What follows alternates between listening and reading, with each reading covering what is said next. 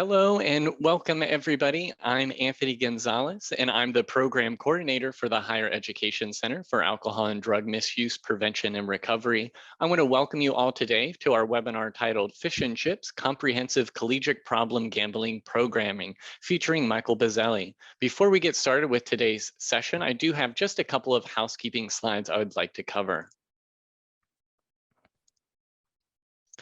You might have noticed as you've entered the room, we are in the Zoom webinar format. We do have the chat and Q&A enabled. We do have the chat open, so we welcome you to introduce yourself and introduce where you're joining us from, as well as share reflections and resources as appropriate for today's content. We do welcome your questions for today's presenter at any time, but we do ask that you put those specific questions in the Q&A so we don't miss them.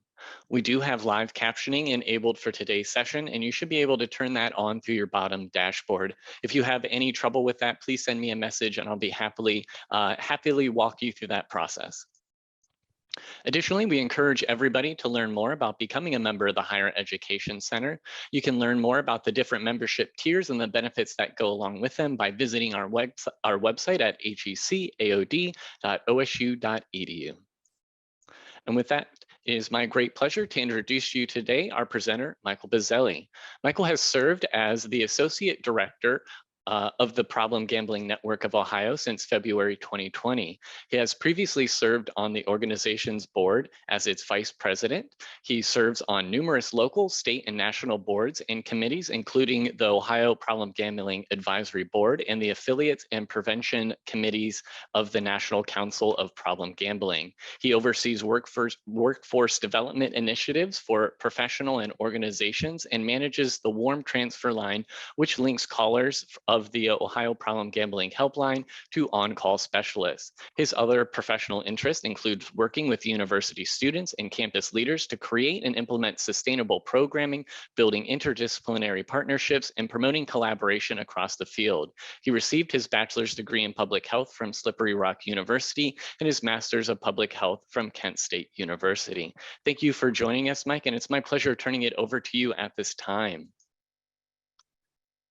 Thank you very much, Anthony and Cindy, for having me. I've done a few sessions for this group before, some panels and some webinars. So it's a great experience and a humbling experience to be invited back. So I'm really, really happy to be back here. And let me just share my screen and kind of get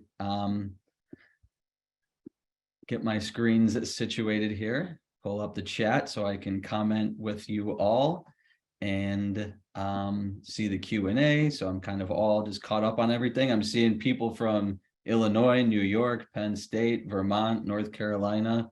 Fantastic. I'm glad we got so many people from around the country, as sports betting is live in many of your states as well. So yeah, let's get going. Great introduction from Anthony, so I can kind of skip us forward. Definitely chat in, and I'm going to try to follow it if there are some comments in there. And again, questions can go in the Q&A, and I'll keep track of those. If I think it's something pertinent, we'll get to it, or we'll save it for the end. But please be participatory. Let me know anything you're thinking. What we're going to talk about today. We're going to discuss the current landscape of gambling in Ohio. I'm not going to try to spend too much time on that because a lot of us aren't from Ohio, but more so what's kind of been going on in the collegiate atmosphere. And I do have examples from inside and outside of Ohio, and what I think still needs to be addressed in terms of education on college campuses for gambling, and more specifically sports gambling.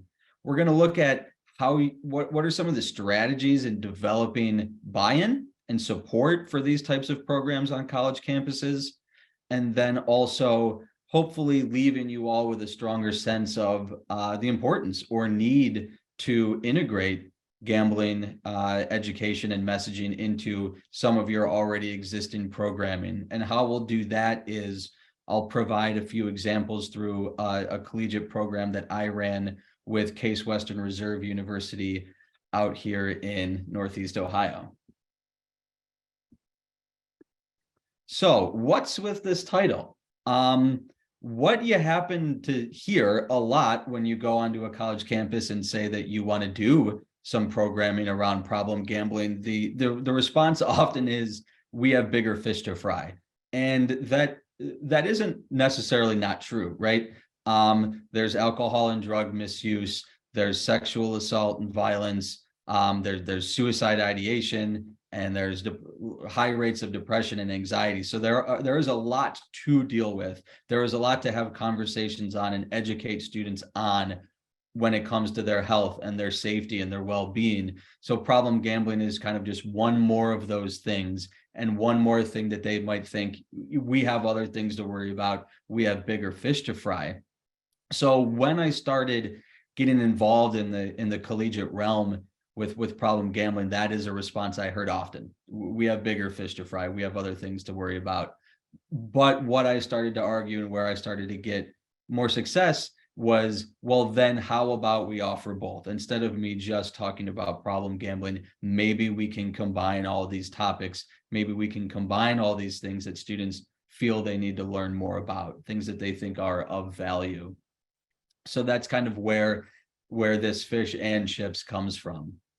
So getting started, a little timeline again for Ohio, but I don't want to spend too much time here. We are a gambling state. I think maybe we're not looked as such in a national landscape, but we've had horse racing since the 20s and 30s. We were one of the first states with a statewide lottery in 1974. We got involved in multi-state lotteries, such as the Mega Millions in 2002. Keno, which is a number picking game. It's a lottery product in our state in 2008, very popular in bars and restaurants. Our racetracks initiated slot play, which we term them video lottery terminals, or VLTs, but they are essentially a slot machine. So our horse racing tracks also have slot machines, and then our casinos opened as well, which have slot machines and your standard casino style table games, poker, blackjack, roulette, etc. So we've had those for a decade. Daily fantasy sports and other types of skilled gaming came in 2018. And then in 2020 was the legalization of e-bingo and sports betting, which then went into effect just last month, January 1st, 2023. So we do have a large history and a really large gambling landscape in Ohio. When you look at it on a map, this is what you'll see. Our 4 casinos are in Cleveland, Toledo, Columbus, and Cincinnati. And our 7 racinos, which are the racetracks with the slot machines, are scattered around the state as well. So what we have found is no Ohioan is within more than 100 miles of their closest casino style venue, but that is changing drastically with sports betting. So this is very in-depth information, but what I want to provide is the 10,000-foot view of what sports betting looks like in Ohio, and that is that we do have it in our brick and mortar locations. So all of those casinos and racetracks also have a sports book. Many of the professional fields, stadiums, arenas have sports books. Any type D, if you look at that type C, it talks about type C liquor or type D liquor licenses. So any corner store, gas station that has a liquor license, but mainly sports bars, things like this, they can also offer sports bets. And then if you take it back to type A on the left side of the screen, that's the mobile option. So we have brick and mortar venues, we have restaurants and bars that offer sports betting, and then of course, right here literally at your fingertips. So when you look back at that map of Ohio, gambling really looks like this. You have the green and the blue dots, which are those casinos and racetracks. But if you overlay the 10,000 lottery retailers and mobile sports betting, you don't have to go the 100 miles, right? All you have to do is be sitting right at your desk, or you can go around the corner. So gaming in and of itself is available throughout the state of Ohio. So what does that changing landscape kind of look like? It really comes down to a normalization of gambling. So anytime we increase what I call the 3 A's, we're going to see more individuals involved in gambling, and then thus more problems coming out. So the first A is availability. What we've done here is made gambling much more available. We have legalized previously illegal forms. So now with sports betting, we have a very available form. And when I say multiple forms, that's because we have casinos, we have racetracks, we have lottery products, now we have sports betting. So we've drastically increased the availability of legalized gambling. What we've also done is increase the accessibility of those available forms. So you have mobile options, it's at your fingertips, but also there's in-game betting. So it's not, I'm going to bet the Browns and the Steelers and wait 4 hours till it's over. With micro betting or in-game betting, I can bet every pitch of a baseball game. I can bet how many points will be scored in the third quarter of the Buckeye versus Nittany Lion football game, right? So you can constantly make bets throughout the game. That makes that gambling very accessible to the individual who wants constant action. And thirdly is the acceptability of it. So gambling has become a very acceptable risk behavior, right? So it's done at family occasions, it's done in the community, right? Church fairs, school festivals, 50-50 raffles. But then think about the marketing and the promotion. So many of you are from states that have legalized sports betting. I see New York, I see Pennsylvania, but those of you from Ohio, you're seeing this recent bombardment, if you will, of sports betting ads, right? And marketing. So it's promoted so increasingly much that it's becoming normalized. It's almost the taboo if you're not doing it, as opposed to if you are, right? So it's really increased that acceptability. Again, then that's going to have more people become involved, and then potentially more problematic gambling. Yeah, Tom types in availability, accessibility, acceptability, feels like it could apply to cannabis and other things too. Absolutely. As states legalize recreational cannabis, then it's going to be more accessible. It's going to become or be thought of as much more acceptable to utilize. Absolutely. And that's a great segue into then talking about why we should talk about these topics together. Thank you for bringing that up. This is a map of legalized sports betting in the country. You will see the dark red are the 32 states who are operational. And then the pink are the 4 remaining that have legalized but are not yet operational. So in the coming months, there will be 36 states who are operating sports gambling. Why that's really important is because how fast this has become. So I'm going to take you back to 2018, which is when we federally overturned PASPA, which stands for the Professional and Amateur Sports Protection Act.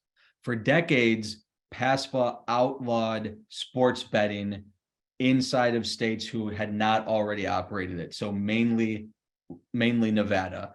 Other states, I think it was Connecticut, had some small forms of sports betting, but PASPA put an end to that. No more states could operate sports betting. Well, that became unconstitutional because gambling is a state right and it's regulated by states. So why would this one specific form of gambling be outlawed at a federal level? So that got overturned in 2018, and that quickly we have 36 states. So 4 years, you've got 36 states about to be operational with sports betting. That's a really quick turnaround for one, putting it to vote, passing it through state legislation, writing rules, writing regulations, handing out licenses, right? That's a really quick turnaround for these states.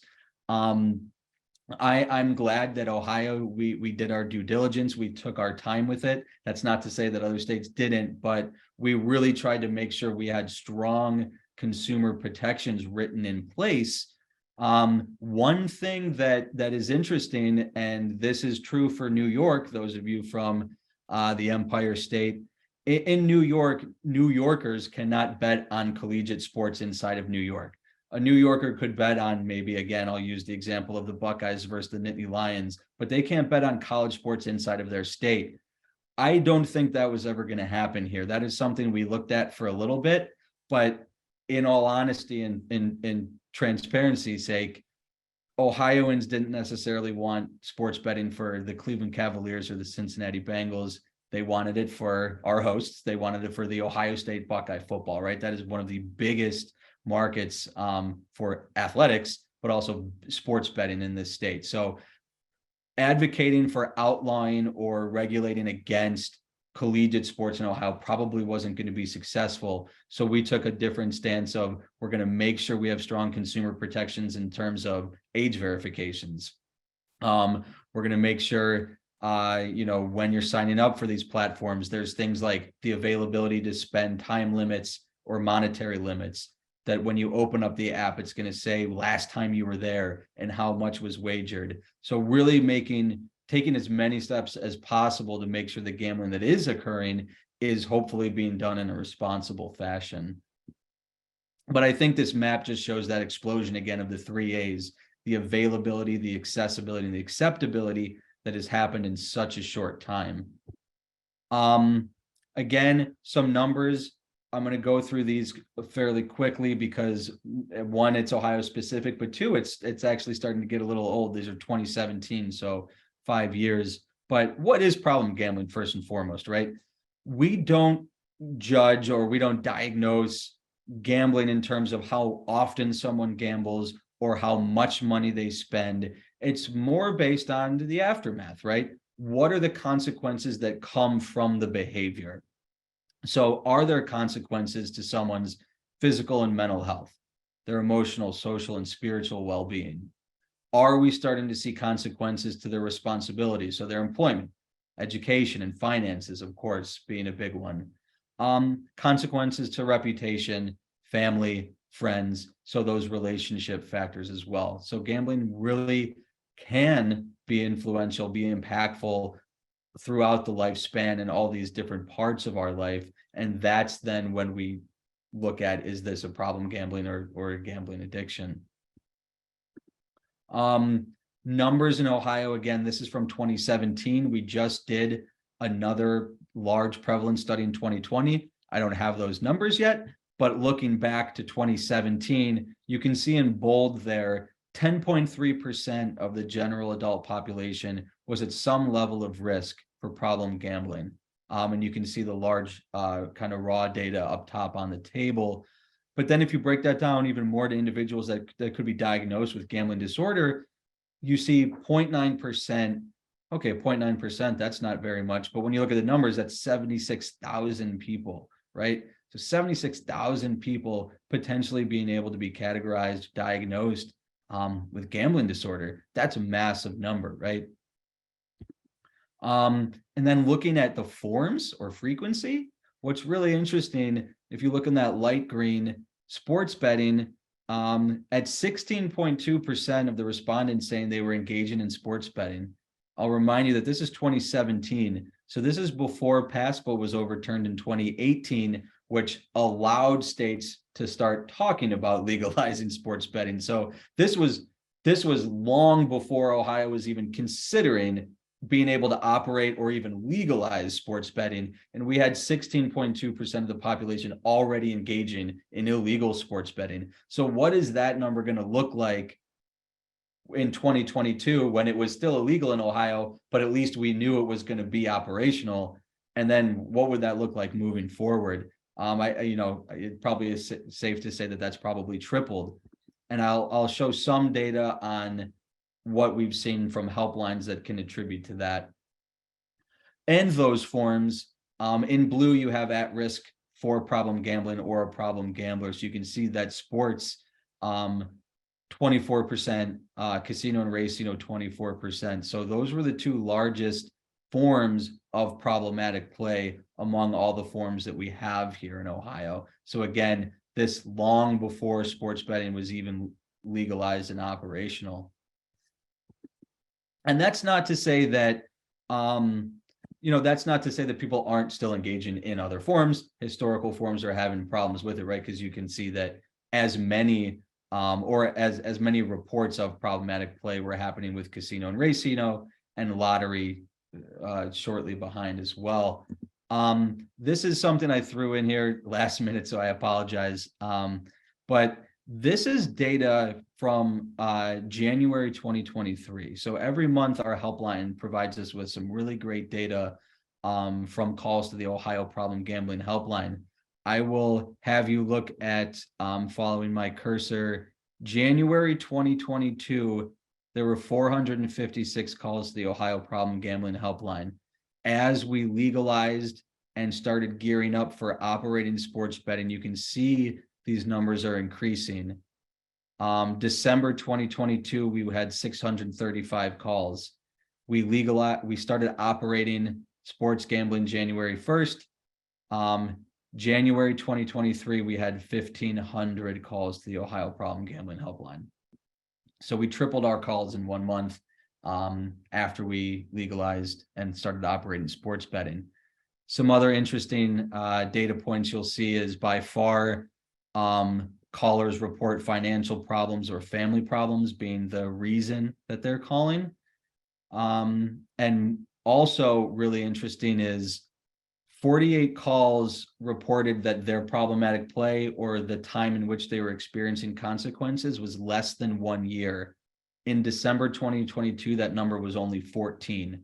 We saw much more in the 1 to 3, 4 to 7, or even 8 to 14. So what this number shows us is, one, people are experiencing consequences at a much more rapid pace, and that could be due to sports betting, and it could be due to the rapid play of sports betting. But in turn, what is good is that means people are also finding the helpline and they're reaching out at a more rapid pace as well, which will be really good as well. Bridget, did we increase advertising? Could that be the cause of the increase? Did we increase advertising for sports betting, or did we maybe increase the advertising of the helpline? The answer to that both is yes. So Ohio is being bombarded with sports betting advertising for your FanDuels, your DraftKings, BetMGM, etc. But by regulation, all of those ads have to have the helpline. So yes, Ohioans are being bombarded with, hey, come and sign up and play with us, but they are then also seeing the helpline. So yes and yes. So college and universities, what's being done, what's happening? I think this is a really interesting quote, and it's from 2001, but it's still very representative, and I like it. There is no federal mandate obliging schools to educate students or parents about the dangers of excessive gambling, unlike the Drug-Free Schools and Communities Act of 1989, requiring drug and alcohol education. When combined with the lack of initiative by colleges to develop gambling policies, there is clear potential for student-related gambling disorders to emerge. Government mandates requiring gambling policies, as with alcohol, could have a positive influence on gambling activities of college students, as well as the overall culture of responsibility on campuses. And that's from Schaefer in 2001. I really like that quote. A lot of the programming that I've done kind of has been revolved around that quote and creating a culture of responsibility and care on college campuses. This is a slide I'm showing just for you to take that reference. This is from the International Center for Responsible Gaming Task Force on college gambling policies. So when a college does decide to make a formal policy around gambling, these are some of the bullet points that the ICRG thinks should be included. And I did bold one there about making sure that we're including gambling in recovery programs on colleges as well, because sometimes that gets forgotten about. But I implore you to take a look at that link and check that out if that's something that your college is getting interested in. The Iowa Department of Public Health has a recent guidelines as well for gambling policies that I really like, so I chose to highlight them. They state that ideally these policies should be implemented as part of a comprehensive campus-based prevention program with policy enforcement and media advocacy, And it should also take a prevention framework, right? And be based on first assessing the needs and balancing that against readiness and capacity. That's all very strategic planning framework, right? Using that kind of prevention theory. What you'll see to the right is a micro campaign we did here in Ohio called If You Gamble, Get Set Before You Bet. And we have a number of populations that those go out to, but this is an ad that's specific to the college population. That link will take you to that collegiate toolkit for Get Set Before You Bet. I think it's really well done. So I'd have you take a look at that as well.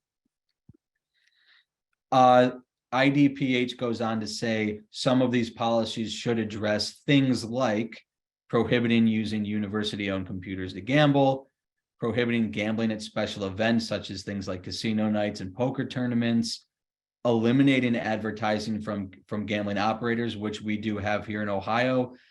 Gambling operators cannot advertise or market on college campuses. Ensuring gambling is included in codes of conduct, and ensuring college athletes are educated, which is a big population and a large target population you're seeing occur on college campuses because of potentially being more at risk being a student athlete. Thank you, Anthony, for throwing in that toolkit. That'll be really helpful. I'm looking at this question. When making the decision on whether college gambling would be legal for Ohio universities, was the prevalence in sports betting among 18 to 25-year-old males considered? Yes, it was, Ahmed, but I think it was just political. You know, Ohio State is a big thing here in Ohio, so I don't think I'm just not sure if it was ever going to come to the point where we would outlaw college gambling in Ohio because of the many, not just Ohio State, but the many big name universities that have big athletic programs in Ohio. I would hope that those numbers were considered, but unfortunately we do have that. But so what we just have to respond to that then, right? We've got to make sure that we work and collaborate with universities, get students the education on potential gambling risks and harms. So if they choose to gamble, they can make their informed and responsible decisions. So what's collaboration? We always think of collaboration as, common goals, the utilization of each other's strengths and experiences, expertise and networks. But what I think sometimes we leave out, or why sometimes collaborations aren't as successful, is we forget about that connection piece and really working towards empowering each other. Here is the password for the toolkit. I'm sorry I didn't have that in there. It is before you bet, one word. That is the password for the toolkit. Sorry I didn't include that on the slide. I think we really need to make sure that we're connecting and empowering each other who are involved in our collaborations to get the most out of what we're doing, right? So here's an interesting problem that's utilized a lot in marketing, actually, to think outside the box. And the goal here is to connect the 9 dots in 4 continuous lines or less without lifting the pen or the pencil. And it becomes a bit of a challenge. I'm going to end my show to show how this is sometimes seen. But oftentimes we think about going around, right? Going around maybe like this. Well, that's 4 and it didn't do them all. Or, maybe we go through the middle. That's 4, that didn't do it all. But the answer, as you can see, for how to solve this problem is by going outside the box. And this is actually where the term thinking outside the box comes from. So extending beyond those dots, thinking outside the box, thinking of new ways of doing things. And I think we need to do that when we approach collegiate problem gambling programming. So these are kind of 3 questions I bring up. What topics do we combine problem gambling with? Who do we work with? And how do we shape the message? And standard answers to these typically have been, well, combine problem gambling with alcohol and other drugs, or who do we work with? The athletes, because they're the most at risk, things like that. And those are all great. We should combine gambling with AOD. We should work with student athletes, but there's other ways that might be more impactful, that might be thinking outside the box, that can be just as successful, just as impactful. And that's really what I wanted to show. So when we're addressing that first question of what are students experiencing, or what topics do we combine problem gambling with, we should think about things other than AOD. This is data that I'm showing just because this is data I collected from a university in Ohio. And this is self-report data of 912 students. And you can see very high rates of anxiety, depression, suicidal thoughts, self-harm, etc. Lower self-reporting of alcohol abuse, drug and substance abuse. Is it because they're not, that's more normalized? Maybe they're not thinking of their use as problematic, or maybe it truly is just less, but what we see is, we see that college students are living with these other impacts, right? So maybe we should look to combine these issues with more so than just alcohol and other drugs. And there are correlations between problem gambling and mental health and suicide. Problem gambling has the highest suicide attempt rate of any addiction. So we need to talk about that. You see some more information here on suicide ideation.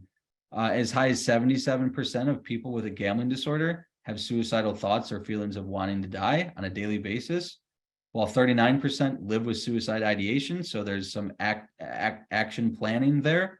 And then 20%, so attempt. So 1 in 5 or 20% will attempt suicide while living with a gambling disorder. So these are really high rates. We need to talk about mental health and suicide and lethality when we're talking about gambling addiction.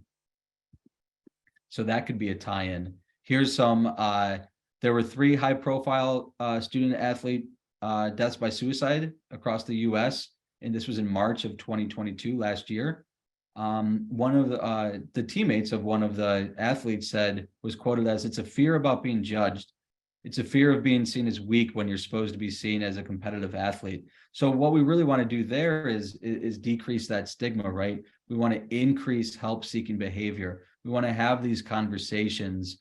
Do we know if these suicides were related to gambling? We don't know that, but what has been coming out, there was a large article done recently with a few basketball teams in Division I about student athlete harassment and threats. So students are, maybe underperforming on the basketball court, and their fellow students who are gambling upon them are harassing them online, and they've been given death threats. So I think that's another key area we need to focus on. Yes, we need to focus on problem gambling and gambling addiction, but how about the students who are being gambled upon? And a lot of these students are 18, 19, 20 years old, right? So they're not even old enough to gamble themselves, but we say it's okay to gamble upon them and their performance. There's enough stress being a college student. There's a lot of stress being a student athlete, and now you're being gambled upon. People are relying on you to make them money. I mean, we really need to have protections in place for these students. So where to start? The second question is, who do we work with? Oftentimes we go right to the counseling and health centers. That's great. I think we always have to collaborate with them, because if I were to partner with Ohio State, I don't work at Ohio State. I don't live at Ohio State. We need to have those connections for the people who are always on campus every day and can be there to provide the support and those resources. But what's interesting when it comes to thinking outside the box is we often go to academic programs, the public health school, the social work school, or we go to the athletic department, right? Those are great areas to work with, but there's some barriers there I've found out. Academic programs, a lot of them already have some sort of programming, embedded in the program. Athletics, let's be honest, and I was a student athlete, we have to worry about the W, right? Eligibility, scholarships, practice. Being a student athlete is a full-time job. Then you add this problem gambling program we have to do, right? So those types of areas come with some barriers. If we think outside the box, who else can we work with? International programs. We don't want to forget about our satellite campuses or our commuters, right? Who may not be on campus all the time, but they're still part of our community. How can we engage in alumni to come back? And then what I've found has been most successful is student life. So inside of student life on college campuses, you often have, your Title IX department, Greek life, residential advisors, peer educators, student government. These are students on campus who have leadership roles. They're involved in these groups because they want to change the campus for the better. They want to have a leadership role. They want to be active in extracurriculars, right? So I think we might be better off focusing on these populations of these students who are kind of already ready and willing to take information and share it with other students around campus. So again, thinking outside the box, we always go to the academics and the athletics. Can we be more impactful if we go to some of these other populations? And then thirdly, how do we shape the program? I think it really starts with buy-in and sustainability. We don't want to just have some sort of one-off educational program and then we're gone, right? First, we need to build that buy-in of, why is this important? So I asked this question, I formatted it as Ohio State, but any university, how is this program at Ohio State going to make Ohio State a better Ohio State? And that's really important, right? Why should Ohio State be bought in, be involved in problem gambling programming? Why is it going to make that university better and the culture and the campus a more welcoming, well-being, right? We want to do skill building. We don't want to just provide content knowledge, right? We want to have ongoing support, opportunities for mentoring and recovery programs. That's a great quote about making sure that we're staying involved with recovery programs. Can I offer internships, practicums, research? I've got to have ease and flexibility. Usually when working with college campuses, programming needs to be done virtually or on nights or on weekends. And the program I'm going to talk about that I did with Case Western Reserve University was Sunday evenings. Maybe I wanted to be home watching Sunday night football, but I was out there talking to the students because that's when they were available. So you have to be really flexible when working with colleges and universities. So that buy-in, what we can offer them makes the buy-in stronger. And really we should align our message with that university's morals, their mission and their vision and their culture. We want to work with them so these things seem of value. And I think the key, I have that big third key there, because I think that big third key for thinking outside the box is these programs need the flexibility to be varied, right? A campus is a culture and a community in and of itself. And inside of campuses are microcultures that exist. So Ohio State isn't the same as Penn State. Penn State isn't the same as the State University of New York, right? It isn't the same as Case Western Reserve University. So we really need to try to tailor our messages to the students on those campuses. And again, aligning with visions and morals and creeds. Those things are really important. And when possible, programs should provide structure while allowing for that adaptability. So I have these icons here, a program with the social work school should be just as adaptable to working with the football team and just as adaptable to work with, the international club or the international students. We want to provide that structure, but allow for some autonomy, some personality, which then influences wanting to get involved, right? And peer models and leadership, which lead to sustainability. So really providing that structure, but allowing these programs to be varied to whatever campus, university, school that they're on. So the program that I was going to mention quickly that I ran with Case Western Reserve University was called the Greek Life Program, and we worked with sororities and fraternities. And I have a language disclaimer because these students told me to refer to them as guys or brothers or ladies or sisters. So if you hear me say those terms, ladies, brothers, guys, that's because that's the language they told me to refer to them as. But really this program was to create a culture of care fellowship. So assist these fraternities and sororities in developing a supportive network amongst each other and create culture and to create a culture of care and balance.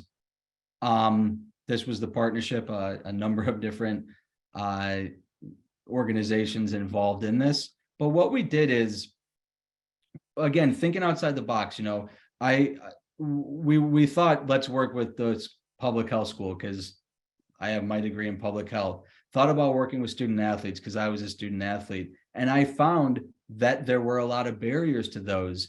And so we reached out to Student Life, and they then connected us with Greek Life, and it turned out to be really successful. So I think, that's that testament to kind of thinking outside the box a little bit. But how the program worked was there was an application, a simple one of, what do you think some of your chapter's issues are? What would you like to address?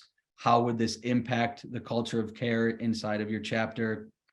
And we would choose two chapters every year to work with.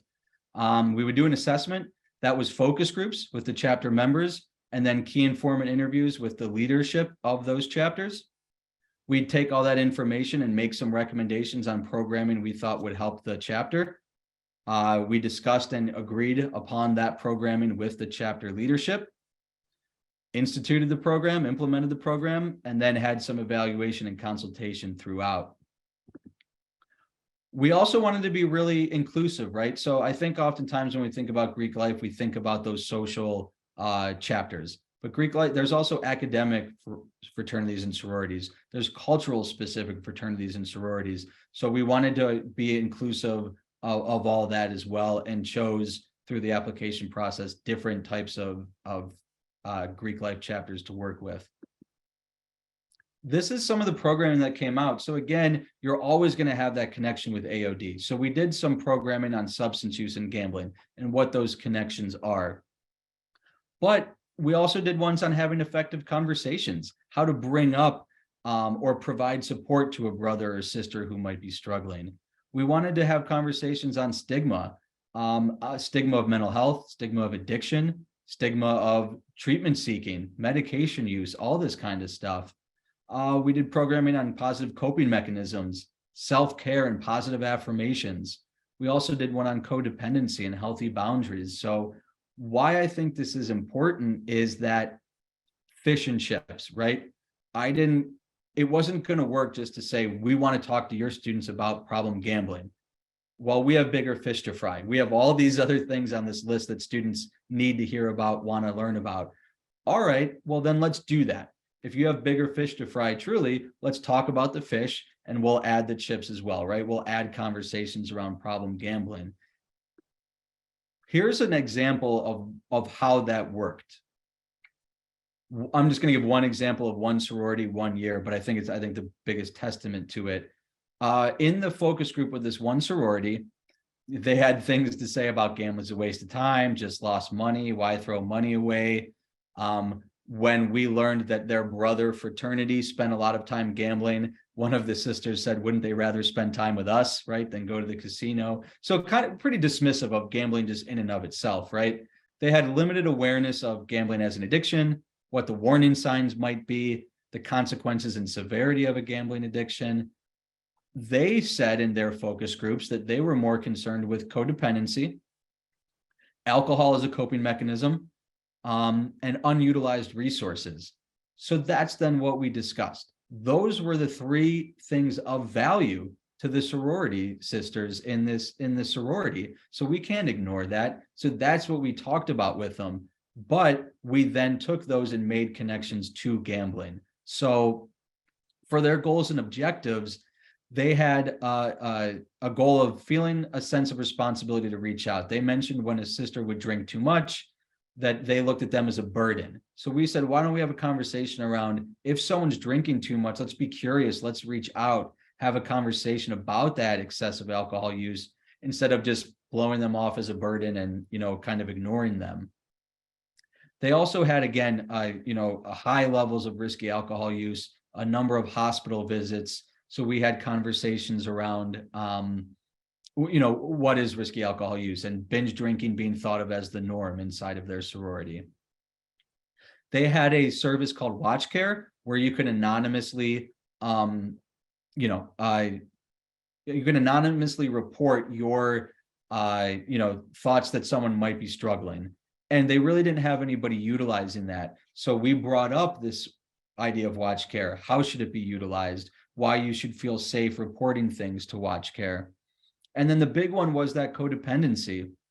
So codependency, healthy relationships, healthy boundaries was kind of their number one issue. And we were able to bring gambling conversations into that through this one sister providing this example. So I'll just read it to you.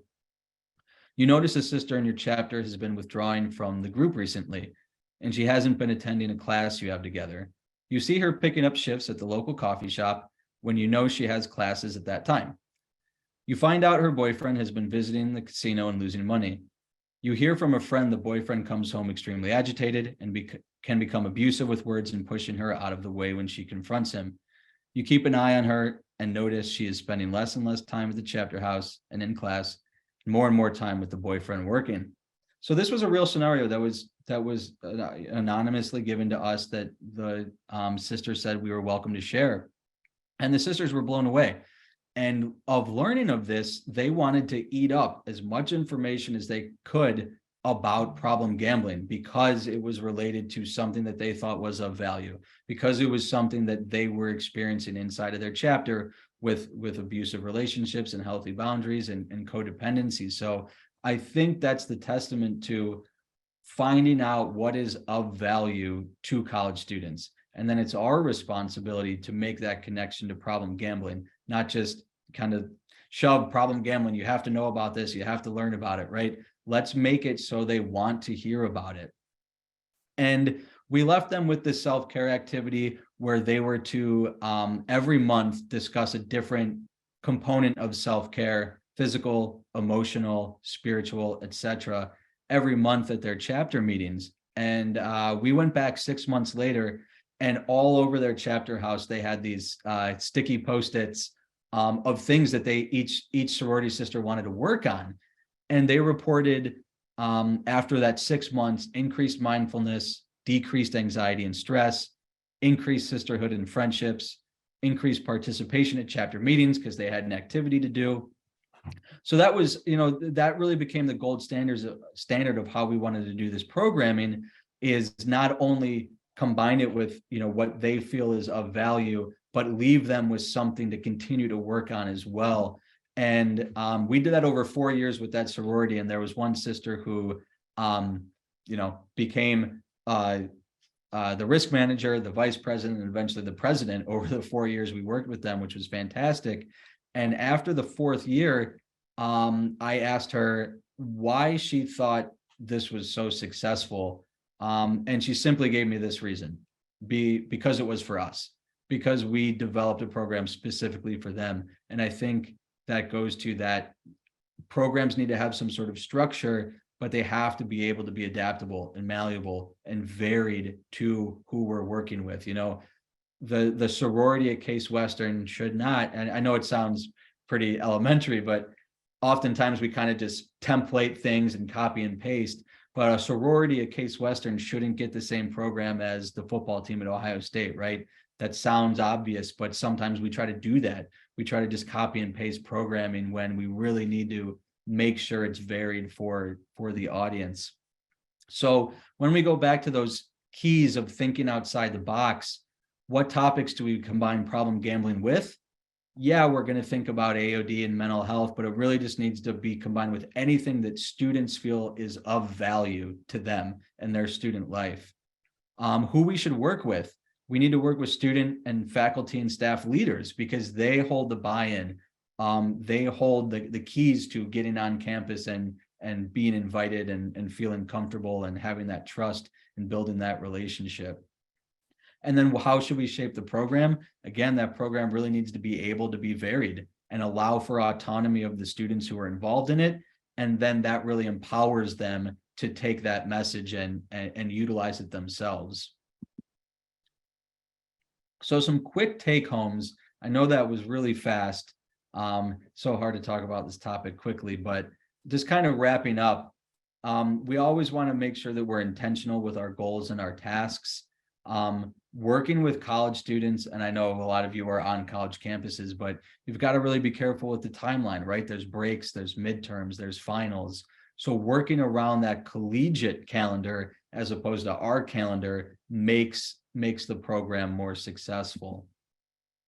What is our capacity? Living with inside our capacity, oftentimes less can be more. So knowing what our capacity is and what we're able to do can strengthen that program. Capacity is time, it's effort, it's funding, it's resources, right? So making sure that we're planful with all of our capacity. And adaptability. Again, I think a successful program should have some sort of structure, yet still allow for that adaptability and be able to be varied for the students or the campus and the culture that we're working with. Student involvement and leadership is key. Having those peer models. What worked really well for us was those focus groups, letting the students have a voice, telling us what they think is of value. And then helping us present that information as well, again, with, providing scenarios or helping lead discussion. Their involvement, creates that empowerment, which then in turn creates more sustainability and success with working with them. And then I think just kind of when we think outside the box, right? When we work with maybe some of these student populations that we don't often consider, thinking outside the box, creates interest. It's something new. It's something curious. So that might then in turn create buy-in, and buy-in provides that capacity, right? Time and resources. And when you have the time and resources, you're able to have sustainable programming. It's not just something that's one-off. You're creating a presence on campus where students see you and trust you and believe in that message. And when that occurs, that's when you really create that impact.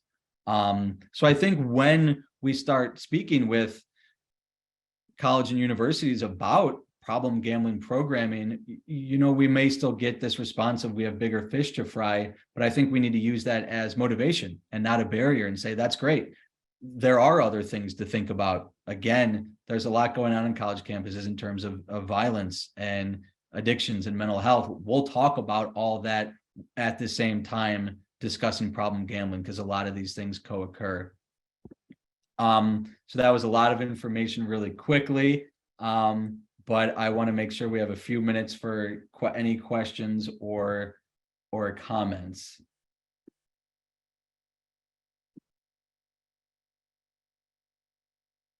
There's a question in here about funding. Is there current legislation that requires percentages of money earned through gambling to go to preventing college gambling? So not specific to college, but I can speak for Ohio. 2% of our tax revenue goes to prevention and treatment of problem gambling. And that's 2% of the tax revenue, 2% of the licenses that were paid for the licenses for sports betting, and any fines that occur, 2% of that. So that is written into our Ohio legislation. And it's specifically for prevention and treatment of problem gambling. I think, collegiate prevention would be a big focus inside of both of those. So it's not specifically written for college prevention, but prevention treatment does. We have legislation, and I would imagine many other states have similar regulations.